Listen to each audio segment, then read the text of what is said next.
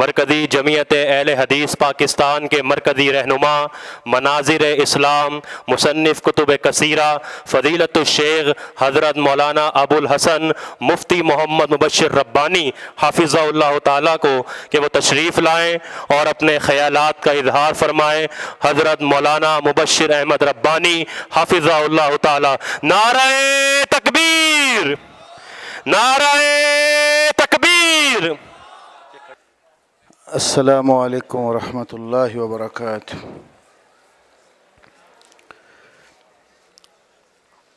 ان الحمد للہ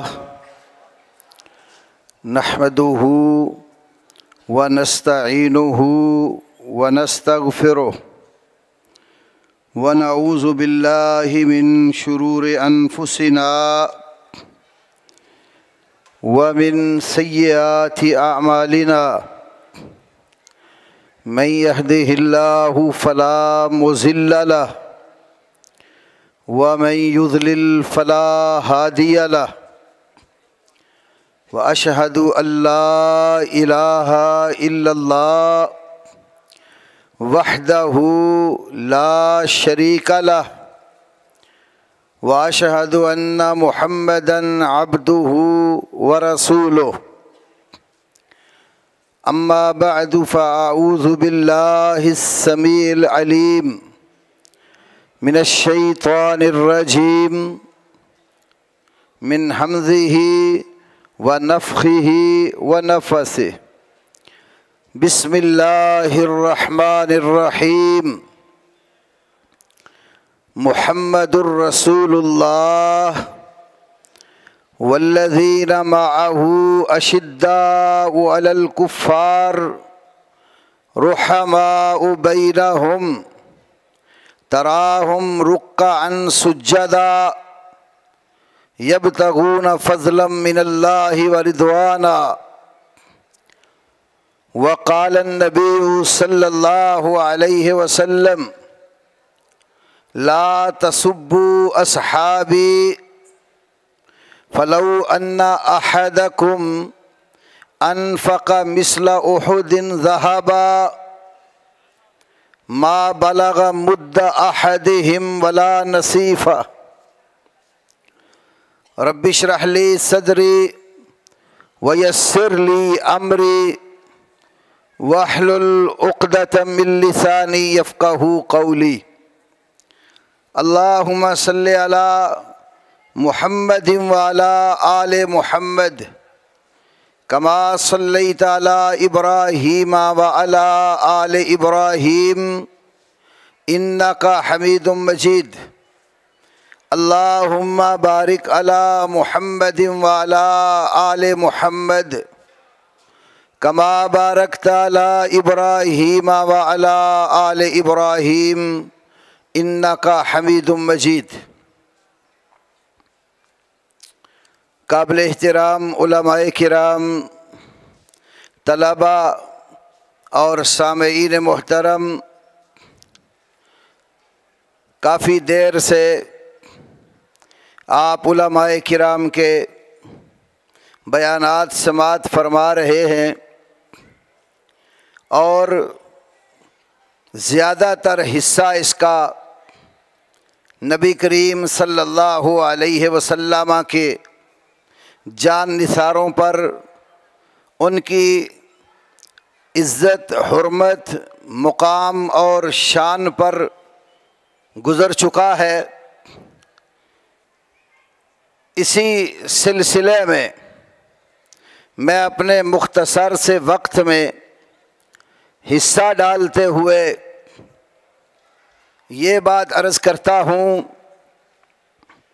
کہ صحابہ کرام رضوان اللہ علیہم اجمعین کی شان میں گستاخی کرنے والے لوگ یہ بڑی پلاننگ کے ساتھ عرصہ دراز سے کام جاری ہے، اور اس کی اساس اور اس کے تانے بانے یہودیت کے ساتھ جڑتے ہیں۔ علامہ سیوطی نے اپنی کتاب مفتاح الجنہ میں ابن قتیبہ کی کتاب المجالسہ کے حوالے سے یہ بات نقل کی ہے کہ کچھ زندیق لوگ ایک مقام پر اکٹھے ہوئے، انہوں نے پلان تیار کیا کہ مسلمانوں کے پیغمبر کو گالی دی جائے۔ تو کسی نے ان کو کہا مسلمانوں کے پیغمبر کو گالی نہ دینا، مسلمان تمہیں زندہ نہیں چھوڑیں گے۔ اور یہ بات حقیقت ہے، مسلمان اپنی جگہ پر کتنا ہی بد عمل کیوں نہ ہو، وہ رسول پاک صلی اللہ علیہ وسلم کی عزت اور حرمت پر کٹ مرنے کو تیار ہو جاتا ہے۔ تو پھر کسی شخص نے کہا یہ مثل مشہور ہے، اگر تم نے اپنے پڑوسی کو تنگ کرنا ہو تو اس کے کتے کو ضرب لگا کر علیحدہ ہو جاؤ، اس سے اس پڑوسی کو تکلیف ہوگی۔ یہ مثال دے کر کہا گیا اگر تم مسلمانوں کے پیغمبر کو گالی نہیں دے سکتے تو پیغمبر کے صحابہ کو گالیاں دو۔ اور یہ جو اس سال بالخصوص کھلے عام تبرہ بازی کی گئی بعض افراد کی طرف سے، یہ تبرہ بازی کا سلسلہ بھی سب سے پہلے جس شخص نے شروع کیا وہ بھی اصلاً یہودی تھا اور اسلام کا لبادہ اوڑھ کر مسلمانوں میں گھس گیا تھا۔ ہسٹری اور رجال کی کتب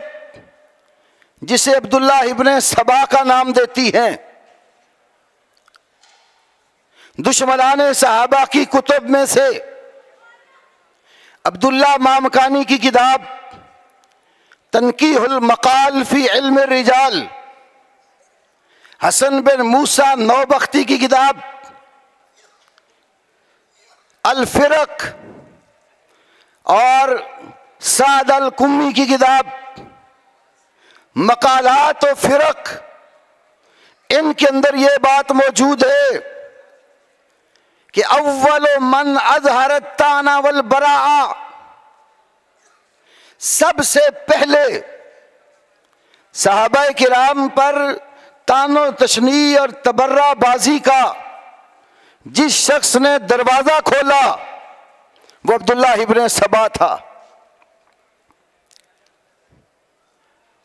ہمارے ہاں قرآن پاک کے بعد جو سب سے معتبر کتاب سمجھی جاتی ہے، جسے اصح الکتب بعد کتاب اللہ کا درجہ حاصل ہے، امام محمد بن اسماعیل البخاری کی کتاب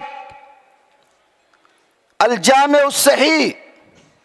جو عرف عام میں صحیح بخاری کے نام سے معروف ہے۔ صحیح بخاری میں امام بخاری رحمہ اللہ کتاب و استتابۃ المرتدین میں ایک مختصر سی روایت لائے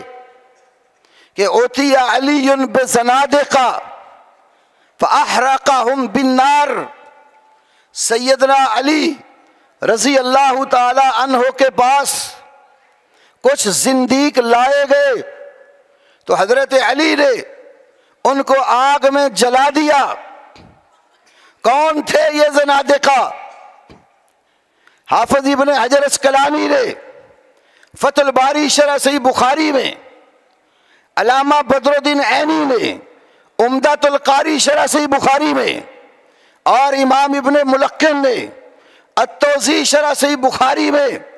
اسی حدیث کی شرح میں ذکر کیا ہے۔ وہ سبائی پارٹی تھی، اور ابن حجر فتح الباری میں امام ابو طاہر المخلص کی کتاب سے ایک روایت لائے جس کو انہوں نے خود حسن قرار دیا، اور امام ابو طاہر کی یہ کتاب آج ایک نسخہ 4 جلدوں میں المخلصیات کے نام پر، دوسرا نسخہ ایک ضخیم جلد میں الفوائد المنتقات کے نام پر طبع ہو چکی ہے۔ اس کے اندر یہ روایت ہے، سیدنا علی رضی اللہ تعالی عنہ کو پتہ چلا کہ کوفہ کی جس جامعہ مسجد میں وہ خطبہ دیا کرتے تھے اس کے آس پاس کچھ لوگ ایسے ہیں جو حضرت علی کا نام لے کر کفر و الحاد پھیلا رہے ہیں۔ علی رضی اللہ تعالیٰ عنہ کو اپنا رب، خالق، رازق اور مالک مان رہے ہیں۔ حضرت علی نے حکم دیا جہاں ایسے لوگ ملے پکڑ کے لائے گئے، کچھ زنادقہ پکڑے گئے۔ حضرت علی نے جب ان سے پوچھا بھائی تم لوگ کیا کہتے ہو، تو انہوں نے کہا انت ربنا و خالقنا و رازقنا، علی تو ہمارا رب ہے، تو ہمارا خالق ہے، تو ہمارا روزی رساں ہے۔ حضرت علی نے فرمایا اللہ کے بندو، میں رب نہیں ہوں، بلکہ میں تو انا عبد مثلکم آکل کما تاکلون واشرب کما تشربون، میں تمہاری طرح اللہ کا بندہ ہوں، جیسے تم کھاتے ہو ویسے میں کھاتا ہوں، جیسے تم پیتے ہو ویسے میں پیتا ہوں۔ کھانے اور پینے والا رب کیسے ہو سکتا ہے؟ وہ تو خود حاجت مند ہے، جو خود حاجت مند ہو وہ حاجت روا کیسے ہوگا؟ اس کو تو خود مشکل لاحق ہوتی ہے، جسے خود مشکلات لاحق ہو مشکل کشا کیسے ہوگا؟ حضرت علی نے سمجھایا لیکن وہ قوم نہیں مانی۔ دعویٰ حب علی کا تھا لیکن حضرت علی کی بات نہیں مانتے تھے، سازش تھی پوری۔ اگر سچی محبت ہوتی تو اس کا تو قاعدہ یہ ہے کہ ان المحب لمن یحب مطیع، محب اپنے محبوب کی بات مانتا ہے۔ محبت میں سچے ہوتے تو علی کی بات مانتے، لیکن سازش تھی پوری، نام حضرت علی کا استعمال کیا اور عوام نے کفر پھیلایا۔ حضرت علی نے چھوڑ دیا، اگلے دن پھر پکڑ کر لائے گئے، پھر یہی بات سمجھائی، انہوں نے بھی اپنی وہی بات دہرا دی، پھر چھوڑ دیا۔ تیسرے دن پھر پکڑ کر لائے گئے، حضرت علی نے پھر یہ نقطہ سمجھایا، وہ پھر بھی نہیں مانے، اپنی اسی بات پر اڑے رہے۔ تو حضرت علی نے حکم دیا کہ آگ جلا کر ان کو آگ میں ڈال دیا جائے۔ تو وہ لوگ آگ میں جلا دیے گئے، اور انہوں نے ہی جو دوسرا نقطہ پھیلایا، جس طرح تنقیح المقال اور فرق و شیعہ نو بختی کی اس میں ہے، دوسرا نقطہ یہ پھیلایا، جب وہ یہودی تھا کہتا تھا موسیٰ علیہ السلام کے وصی اور وارث یوشع بن نون ہے، جب اسلام کا لبادہ اڑا تو اس نے یہ بات پھیلانی شروع کر دی کہ نبی صلی اللہ علیہ وسلم کے وارث، آپ کے وصی، آپ کے بعد حق جن کا تھا مسند خلافت کا، وہ علی ہیں۔ دوسروں نے حق غصب کر لیا، ظلم کر دیا، نہ رسول اللہ صلی اللہ علیہ وسلم کی بیٹی کا حق دیا، نہ حضرت علی کو ان کا خلافت کا حق دیا، ظالم ٹھہرے، اور یہاں سے تبرہ بازی اس نے شروع کی۔ حالانکہ حضرت علی رضی اللہ تعالی عنہ ان دونوں باتوں کے داعی نہیں تھے، نہ وہ اپنے الہ ہونے کے داعی تھے، نہ وہ خلیفہ بلا فصل ہونے کے داعی تھے۔ آج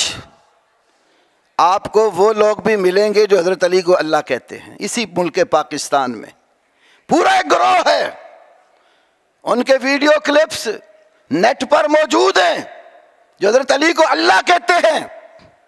وہ گروہ بھی موجود ہے جو کہتے ہیں صحابہ نے ظلم کیا، حضرت علی کا حق چھینا، سیدہ فاطمہ الزہرا پر ظلم کیا، ان کو وراثت نہیں دی۔ یہ ساری چیزیں عبداللہ ابن سبا یہودی کی پھیلائی ہوئی ہیں، ورنہ حضرت علی تو ابو بکر عمر رضی اللہ تعالی عنہما کے ساتھ محبت کرتے تھے، اور میں کہتا ہوں جو علی کی محبت میں سچا ہے وہ کبھی بھی صحابہ کا گستاخ نہیں ہو سکتا۔ آئیے میں چند احادیث آپ کو حضرت علی کے حوالے سے عرض کرتا ہوں۔ امام حاکم نے المستدرک علی الصحیحین میں، امام احمد ابن حنبل نے اپنی مسند میں، مسند بزار میں، اور ضیاء مقدسی نے احادیث مختارہ میں یہ روایت نقل کی ہے۔ سیدنا علی کہتے ہیں قال علی النبی صلی اللہ علیہ وسلم والے ابی بکر، یہ احد والے دن کا واقعہ ہے۔ حضرت علی کہتے ہیں کہ نبی پاک صلی اللہ علیہ وسلم نے مجھے اور ابو بکر صدیق سے کہا ما احدکما جبریل وما الآخر میکائیل، تم دونوں میں سے ایک کے ساتھ جبریل ہے، دوسرے کے ساتھ میکائیل ہے، واسرافیل ملک عظیم یشہد القتال ویکون فی الصف، اور اسرافیل بہت بڑا فرشتہ ہے، یہ میدان معرکہ میں اترتا ہے اور صفوں کے اندر موجود ہوتا ہے۔ تو علی یہ حدیث بیان کر کے صدیق اکبر کی منقبت بیان کر رہے ہیں کہ نصرت کے لیے اللہ کے نبی کے بقول ایک صحابی کے ساتھ جبرائیل اور دوسرے کے ساتھ مدد کے لیے اللہ نے میکائیل کو لگا دیا۔ حضرت علی ہی فرماتے ہیں، یہ روایت شیخ الاسلام امام ابن تیمیہ کے بقول حضرت علی سے 80 کے قریب لوگوں نے بیان کی ہے، اور امام احمد کی مسند میں ابو جحیفہ یہ روایت بیان کرتے ہیں۔ حضرت علی سے ان کے بیٹے محمد ابن الحنفیہ بھی یہ حدیث بیان کرتے ہیں کہ حضرت علی یہ کہتے تھے الا اخبرکم بخیر هذه الامہ بعد نبیہا، لوگوں کیا میں تمہیں خبر نہ دوں کہ اس امت میں نبی صلی اللہ علیہ وسلم کے بعد سب سے بہتر کون ہے؟ پھر فرمایا ابو بکر، اس امت میں سب سے بہتر ابو بکر ہیں۔ پھر فرمایا الا اخبرکم بخیر هذه الامہ بعد ابی بکر عمر، تمہیں یہ بھی بتا رہا ہوں اس امت میں ابو بکر صدیق کے بعد سب سے بہتر عمر فاروق ہیں رضی اللہ تعالی عنہ۔ تو ہمارے ہاں حضرت علی رضی اللہ عنہ کی زبان سے ان خلفائے راشدین کی منقبت کئی ایک کتب حدیث میں موجود ہے۔ یہ تو میں نے 2-3 مثالیں دی آپ کو اہل الحدیث کی کتب سے۔ آئیے آپ کو میں دشمنان صحابہ کی کتب کی بھی تھوڑی سی سیر کرا دیتا ہوں۔ حضرت علی رضی اللہ تعالی عنہ نے جس وقت قیس بن سعد بن عبادہ کو مصر پر گورنر اور والی مقرر کیا اور ایک خط لکھ کر ان کے حوالے کیا، وہ خط کیا تھا؟ اور اس خط کو دشمنان صحابہ میں سے ابو اسحاق ابراہیم بن محمد الثقفی نے اپنی کتاب الغارات جلد نمبر 1 صفحہ 210 پر نقل کیا ہے۔ یہ ان کا 3 صدی ہجری کا بہت بڑا ایک محقق اور محدث ہے۔ ابو اسحاق ابراہیم بن محمد الثقفی وہ کتاب الغارات میں لکھتا ہے، حضرت علی نے خط لکھا بسم اللہ الرحمن الرحیم، یہ خط اللہ رحمان رحیم کے نام سے ہے، من عبد اللہ علی امیر المؤمنین الی من بلغہ کتابی ھذا من المسلمین، یہ خط اللہ کے بندے امیر المومنین علی کی طرف سے ہے ہر اس شخص کے نام جو مسلمان ہے، ہر مسلم کے نام یہ خط ہے۔ اللہ کی حمد و ثنا اور اس کی توحید کا بیان کرنے کے بعد حضرت علی نے اس امت پر اللہ نے جو فضل و کرم کیا ہے اس کا تذکرہ کرتے ہوئے لکھا ہے، مما اکرم اللہ عز وجل بہ ھذہ الامہ وخصہم بہ من الفضیلہ، اللہ رب العالمین نے اس امت کو جس فضیلت کے ساتھ نوازا اور جو خصوصیت عطا کی وہ یہ ہے کہ ان بعث محمدا الیہم، اللہ نے اس امت کی طرف محمد الرسول اللہ صلی اللہ علیہ وسلم کو بھیجا، فعلمہم الکتاب والحکمہ والسنت والفرائض، محمد صلی اللہ علیہ وسلم نے اس امت کو کتاب و حکمت کی تعلیم دی، ان کو سنت سکھائی، ان کو فرائض سکھائے، وَأَدَّبَهُمْ لِكَيْ مَا يَحْتَدُوا، ان کو ادب سکھایا تاکہ ہدایت یافتہ بن جائیں، وَجَمَعَهُمْ لِكَيْ مَا لَا يَتَفَرَّقُوا، ان کو ایک پلیٹ فارم پر اکٹھا کر دیا تاکہ یہ تفرقہ بازی کا شکار نہ ہو، وَزَكَّاهُمْ لِكَيْ مَا يَتَطَهَّرُوا، اللہ کے پیغمبر نے اس امت کا تزکیہ اور تصفیہ کیا، گناہوں سے نکال کر طہارت اور پاکیزگی والے راستے پہ قائم کیا، کفر سے نکال کر، شرک سے نکال کر، معصیت سے نکال کر، فسق سے نکال کر توحید اور سنت جیسی شاہراہ عظیم پر قائم کیا۔ فلما قضا من ذالک، جب اللہ کے نبی نے اپنا فریضہ پورا کر لیا، ما علیہ جو آپ کے ذمے تھا، قبضہ اللہ الیہ،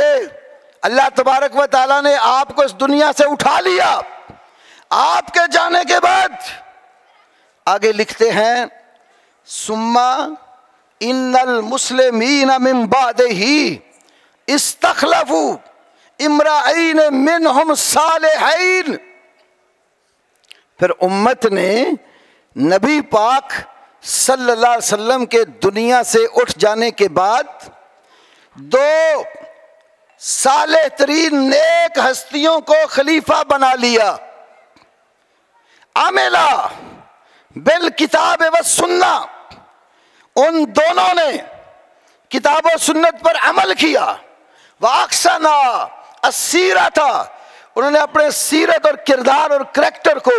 حسین ترین بنایا ہے، ولم یتعدیا السنہ، دونوں نے سنت رسول سے تجاوز نہیں کیا، ثم توفاہم اللہ، پھر اللہ تعالیٰ نے ان دونوں کو فوت کر دیا، فرحمہم اللہ، اللہ کی رحمتیں ان دونوں پر نازل ہوں۔ دیکھیے حضرت علی کا کیا اعتقاد ہے۔ ایک بات اس خط سے یہ معلوم ہوئی، حضرت علی خلافت و امامت کو منسوس نہیں سمجھتے تھے۔ آج ایک قوم نے اپنا نظریہ بگاڑا، اور دوسرے لفظوں میں یہ کہتا ہوں نبوت کے لیے چور دروازے کھولے۔ پہلے کبھی ہم کتب میں پڑھا کرتے تھے، باکر مجلسی نے اپنی کتاب حیات القلوب 3 جلد صفحہ نمبر 6 پر لکھا، مرتبہ امامت بالاتر از مرتبہ پیغمبری است، امامت کا رتبہ پیغمبری کے رتبے سے اونچا ہے۔ کبھی یہ باتیں کتابوں میں تھیں، اور اس سال کھلے عام مجالس میں اور سڑکوں پر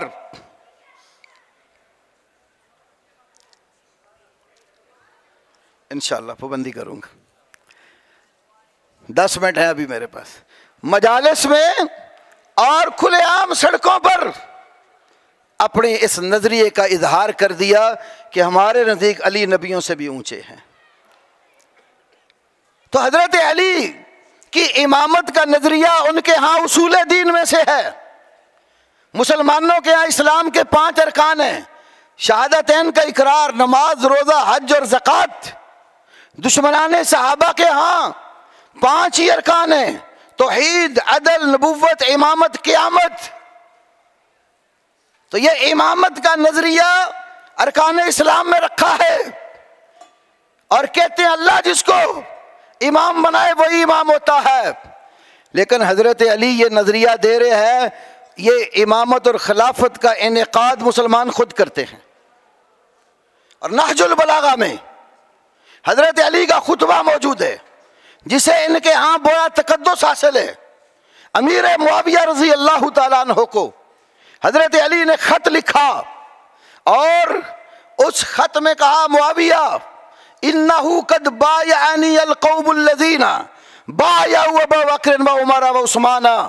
میری بیعت اس قوم نے کی ہے جنہوں نے ابو بکر و عمر اور عثمان کی بیعت کی ہے۔ اور سن لے انما الشورى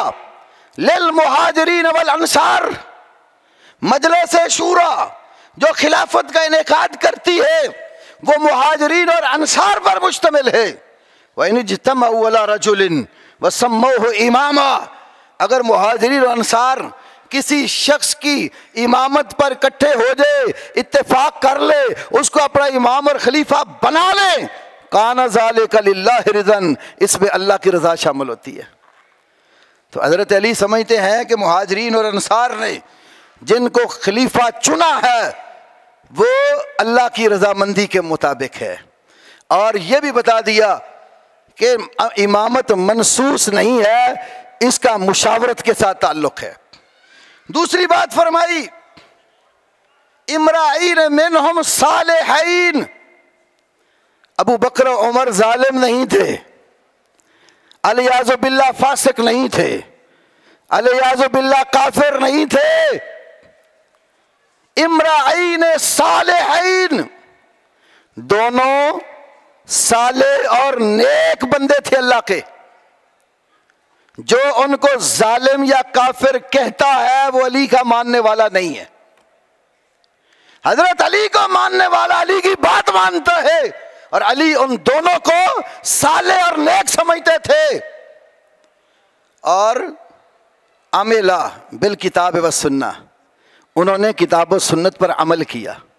یار لوگوں نے تو کہا نا بڑا ظلم کیا، بی بی فاطمہ کا حق نہیں دیا،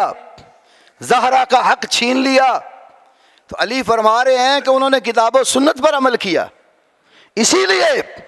جب صدیق اکبر کے سامنے یہ بات رکھی گئی کہ فدق کی آمدن اور دوسرے کچھ مخصوص اموال ان میں سے وراثت کے طور پر حصہ دیا جائے، تو انہوں نے اللہ کے پیغمبر کا فرمان سنایا، لا نورث ما ترکناہ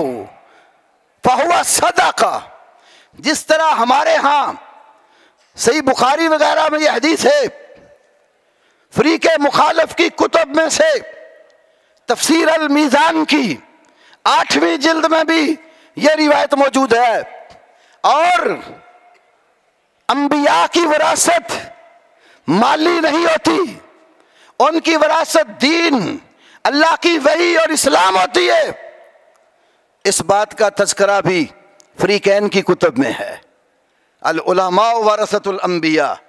علماء انبیاء کے وارث ہیں، لم یورثوا درہما ولا دینارا۔ یہی روایت اصول کافی میں بھی لکھی ہے،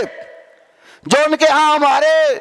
جس نزدیک جیسے بخاری ہے، اصول کافی بخاری کے برابر کی کتاب وہ سمجھتے ہیں۔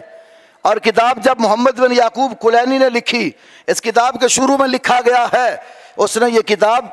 غار والے امام پر پیش کی، اس نے پڑھ کر کہا ھذا قافل لشیعتنا، یہ ہمارے گروہ کے لیے کافی ہے، اس لیے اس کا نام ہی کافی پڑ گیا۔ 8 جلدوں میں ایران سے چھپی، 2 جلدیں الاصول من الکافی، 5 جلدیں الفروع من الکافی، آخری جلد کتاب الروضہ من الکافی۔ اس کافی میں بھی یہ روایت ہے، اور ایران کے سابقہ حکمران کی کتاب الحکومت الاسلامیہ کے اندر بھی یہ روایت موجود ہے، اس نے بھی اس کا انکار نہیں کیا، جس سے معلوم ہوتا ہے کہ انبیاء کی وراثت مالی نہیں ہے، علمی وراثت ہے، وحی کی وراثت ہے، کتاب و سنت کی وراثت ہے۔